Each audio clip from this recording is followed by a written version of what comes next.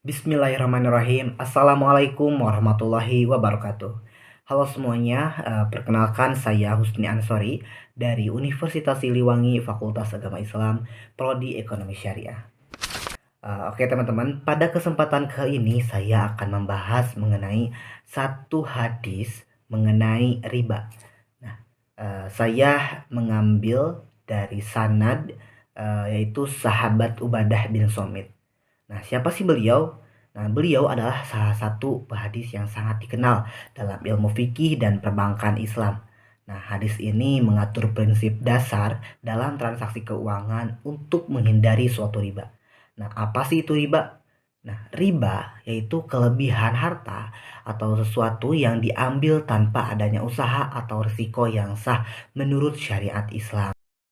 Berikut hadis yang diriwayatkan oleh Ubadah bin Somit yang berbunyi An Ubadah bin Somit qala Rasulullah sallallahu alaihi wasallam ad-dahabu bid-dahabi wal fiddatu bil fiddati wal burru bil burri wasyairu bisyairi wat tamru bit tamri wal milhu bil misli misla bil misli sawaan bisawain yadan biyadin faidah talafat hadhil asnafu fabi'u kaifa syi'tum idza kana yadan biyadin.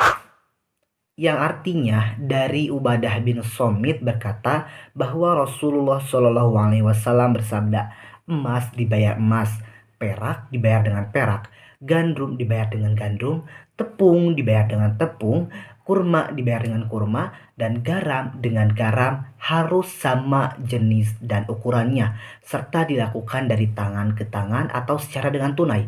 Dan apabila terdapat perbedaan di antaranya, maka juallah kehendak kalian sebagai jaminan secara tunai. Hadis riwayat Muslim nomor 1587.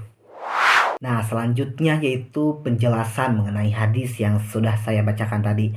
Nah, di dalam hadis tersebut ada beberapa macam-macam riba. Nah, di antaranya itu adalah larangan riba fadl. Riba fadl itu adalah riba dalam pertukaran. Dalam hadis ini, Rasulullah Shallallahu Alaihi Wasallam menegaskan bahwa jika kita menukarkan barang yang sama jenisnya, seperti emas dengan emas atau kurma dengan kurma, maka harus sama kuantitasnya, baik takarannya, ukurannya, ataupun beratnya, dan dilakukan secara tunai. Nah, hal ini untuk menghindari terjadinya riba fadl, yaitu riba yang muncul dari kelebihan dalam jumlah atau takaran dalam pertukaran barang yang sejenis. Nah, selanjutnya yang digaris besari yaitu harus dilakukan secara tunai.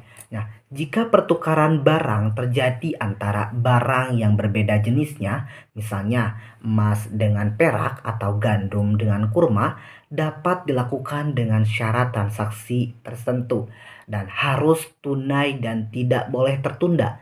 Hal ini mencegah terjadinya riba nasi'ah, yaitu riba karena tertundanya pembayaran, di mana satu pihak mendapatkan keuntungan tanpa adanya ketidakpastian risiko atau usaha.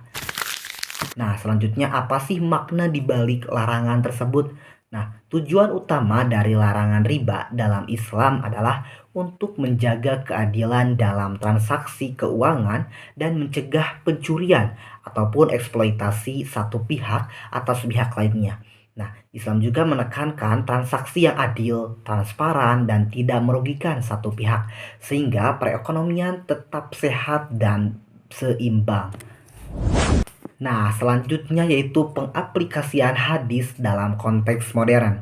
Nah, hadis ini menjadi dasar bagi larangan riba dalam lembaga keuangan syariah, terutama dalam bank syariah. Misalnya, konsep bunga dalam bank konvensional dianggap riba karena merupakan tambahan keuntungan risiko tanpa atau usaha yang jelas.